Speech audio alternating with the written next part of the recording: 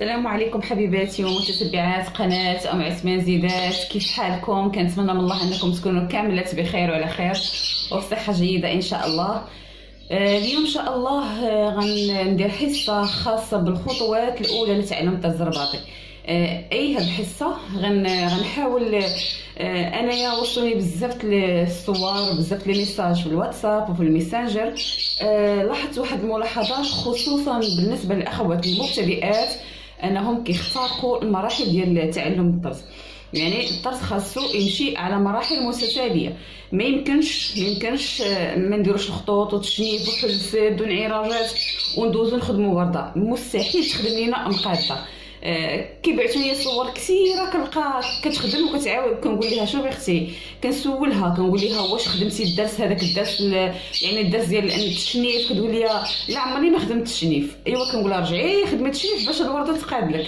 يعني راه هو الطرز، راه الخطوه الاولى حاولوا ما تجاوزوهاش، حاولوا تقنوها، كلشي غيمشي لكم ان شاء الله ميسر. الا تقنتوا المرحله االاولى ديال تعلم الطرز راه كلشي ان شاء الله غيمشي هو هذاك وميسر ومقاد وسهل. هذا هو الموضوع. يعني الا تبعتوا الخطوات الاولى بشكل جيد المراحل التاليه تجيكم سهله. واليوم غنبدا لكم اول حاجه. جبتي ماكينه للدار، قلبتيها مزيانه، صنعت كلشي مزيان، غنوريكم كيفاش تركبوا الخيط. يعني حتى تركب ديال الخيط شحال من وحده عندها الماكينه ما كتعرفش تركب الخيط. لاحظوا معايا كاينه هذه فيها 3 ثقب، ضروري تدوز الخيط من 2 ثقاب من 3 بهم. انا المهم انا كندوزها من 2. لاحظوا معايا، وضروري ومهم جدا يدوز الخيط من هذا الميزان.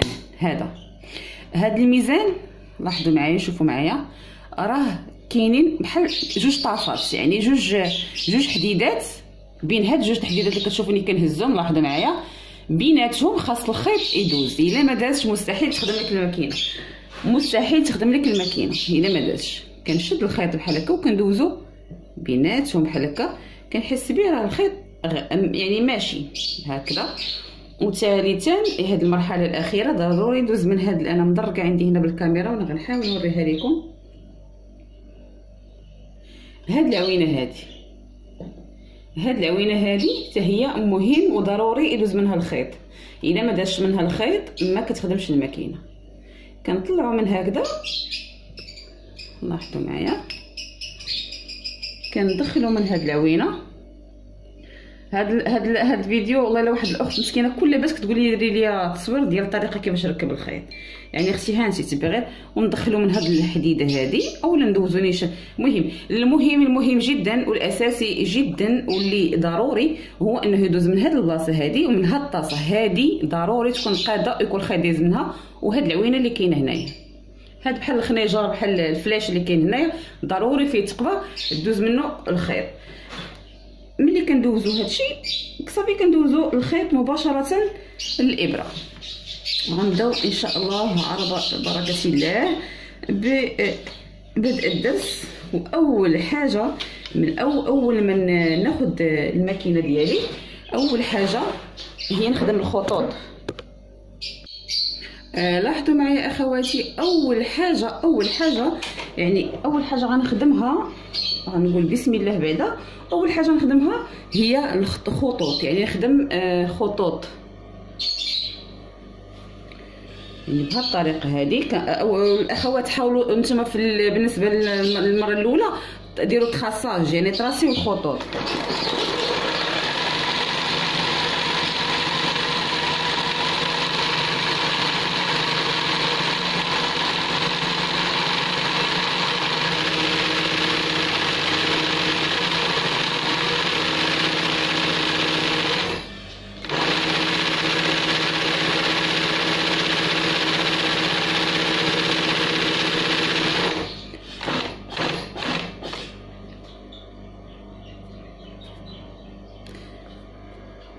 يعني كندير خطوط بهذا الشكل هذا.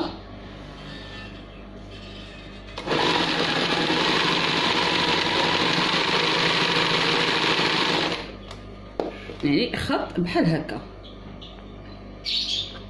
خطيط بحال هكا.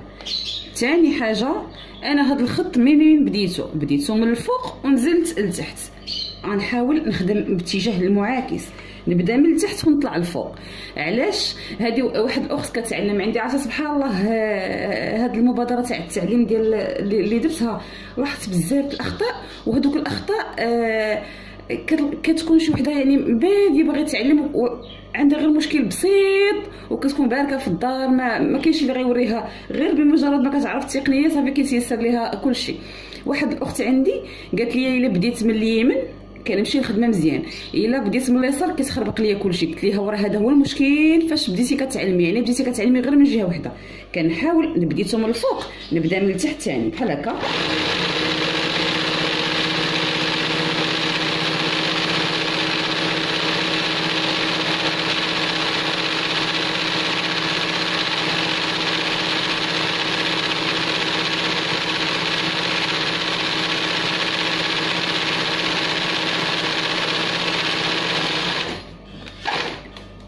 نبدا ثاني من التحت ونطلع لاتجاه الفوق، يعني الفوق.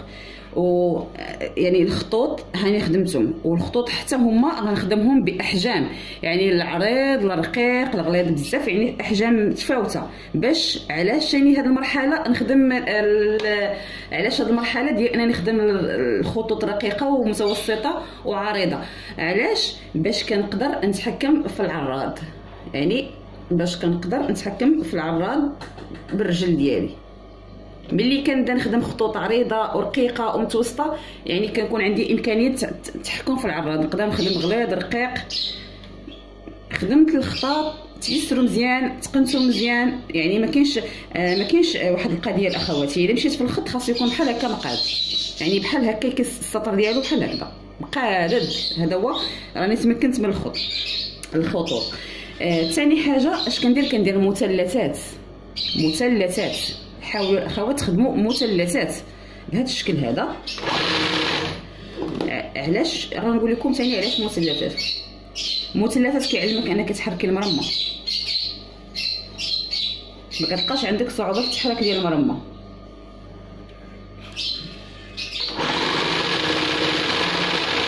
يعني دابا حركتها من جهه اليسار، يعني حركت هذه الجهه اللي من هنا من جهه اليسار. دابا المثلث غينزل، يعني غيتحرك اليمين يسار يمين يسار يمين.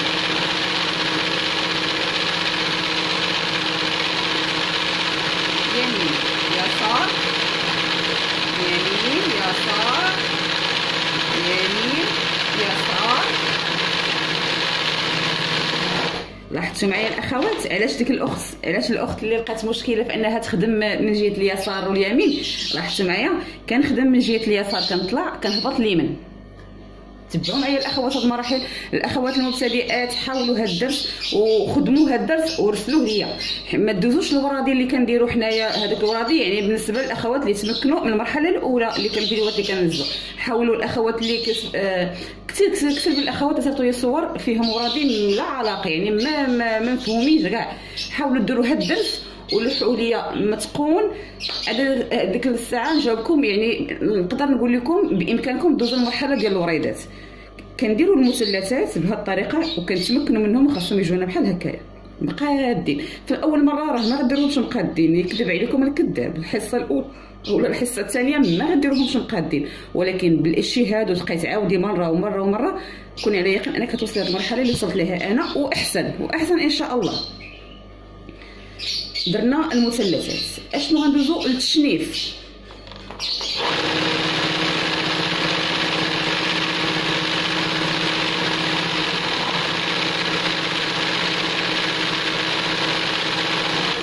شوفوا خواتاتي، انا راه ما كنطراسيش حيت انا عندي العبار في الراس ديالي. التشنيف حاولوا تراسوه بطريقه باش كنطراسي التشنيف. ولاتكم واحد الحصه انا وصلت عليها واحده الكانيط. كيف ما كتشوفوا معايا خواتاتي، الا بغيت نطراسي التشنيف كناخذ كانيط، يعني باش يسهل عليا ان نتخصص ديال التشنيف كناخذ كانيط. لاحظتوا معايا وكنطراسي وحده حتى كنكمل. انا ما تخاصيتوش لانه مطراسي في الراس.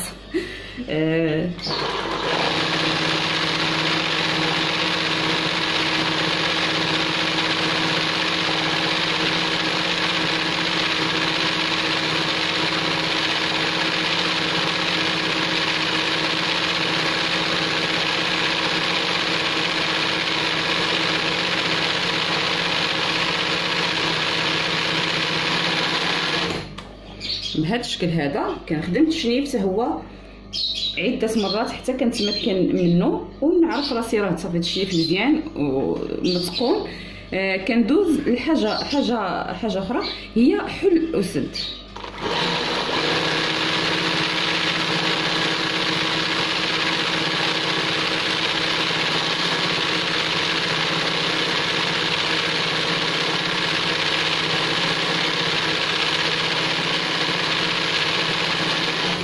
لاحظتوا معايا الشكل ديال الحل وسد كيفاش كيتخدم. كنخدم دابا كنزيد العراض كنقص العراض، كنزيد العراض كنقص العراض، كنزيد العراض كنقص العراض. يعني علاش كيتسمى حل وسد؟ كيتسمى حل وسد علاش انا غنخدم لكم وحده هنا وحده باش تفهموا ما معنى. حيت كاين هذا التشنيف هذا حل وسد شنو كل حاجه.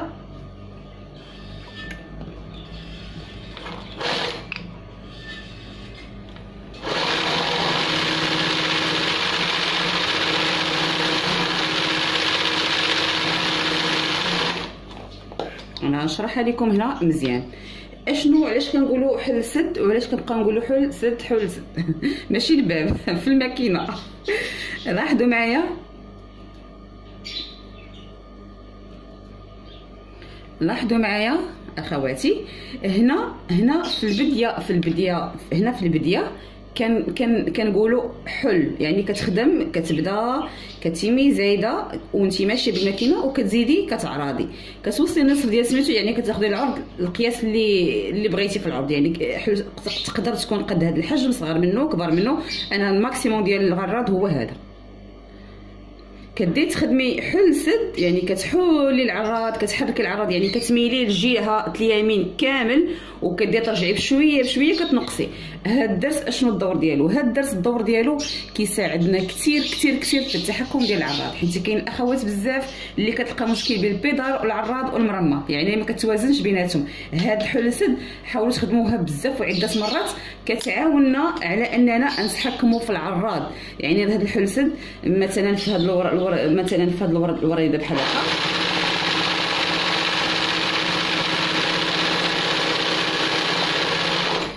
كيف ما كتشوفوا معايا هنايا. يعني هنا تقريبا خدم بتقنيه حل سد غتساعدني نخدم هذا الشكل هذا.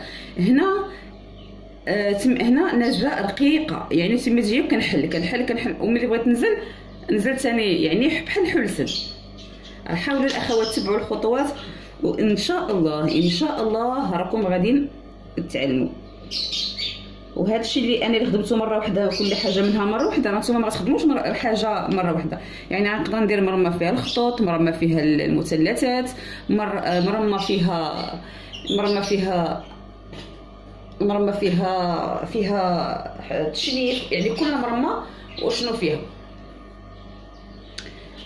تمكنا من هاد المراحل، خدمنا حل سد، خدمنا كنديروا خط على هذا الشكل هذا، كنديروا خط بحال هكذايا وكنبداو نخدموا عليه.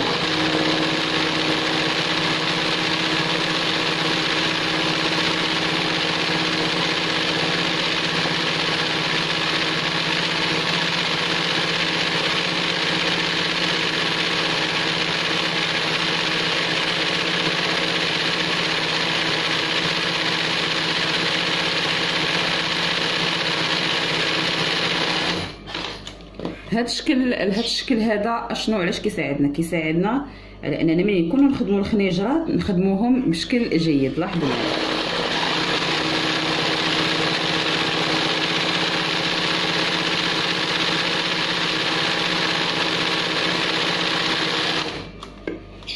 شفتوا معايا. يعني هاد الدوره ديال سميتو هي اللي كاينه في الخنيجر. راه قلت لكم الاخوات حاولوا ما تجاوزوش المراحل وحاولوا مرحله على حده، وان شاء الله غادي تعلموا باذن الله. هذا هو الدرس تاع اليوم، عاودوا وكروه عده مرات باش تعلموا. والامنيه ديالي والامل ديالي والفرحه ديالي هو انني نشوف الاخوات اللي صيفطوا لي الصور ديالهم ان شاء الله تعلموا ووصلوا داكشي اللي بغاو، باش حتى انا في الخاطر ديالي ونحس بانني قدرت نوصل واحد الحاجه ونعلم واحد الفئه كبيره من الاخوات اللي محتاجه المساعده. هذيك هي الفرحه ديالي ملي غنشوف بزاف الاخوات تعلموا وكيشكروني، والله يرحم الوالدين والله يجازيك بخير. وكيف ما كيتقال في البيت دائما الله يرحم من رباك والله يحفظ من رباك والله يحفظ من علمك. هذا الشيء هو اللي بغيت. والاخوات الا عجبكم الدرس او الا احتجتوا شي سؤال، انا هذا الدرس بالخصوص غنبقى نراقب لي كومونتير ديالو بشكل يومي. هذا الدرس هذا انا غنراقب لي كومونتير ديالو بشكل يومي باش نجاوب على كل سؤال. هذا الدرس اللي حطيت اليوم ان شاء الله غنجاوب بكومونتير يعني التساؤلات ديالكم حاولوا تخلوها باش يبقى هذا الدرس ان شاء الله كخطوه اوليه لتعلم الطرز، وتبقى بوابه اللي غتفتحكم على انكم تعلموا التقنيات اللي شويه ماشي صعيبه. راح نحاولوا في حياتنا ما نتاخذوش الامور بانها شكل صعيب، لا نتاخذوها بانها حاجه سهله وربي كيسر. الى اللقاء ان شاء الله غدا في البث المباشر وكيف ما العاده مع 8:30 ان شاء الله مساء. مرحبا بكم ومرحبا بجميع المتتبعات والطيبات والحبيبات، وجمعه مباركه.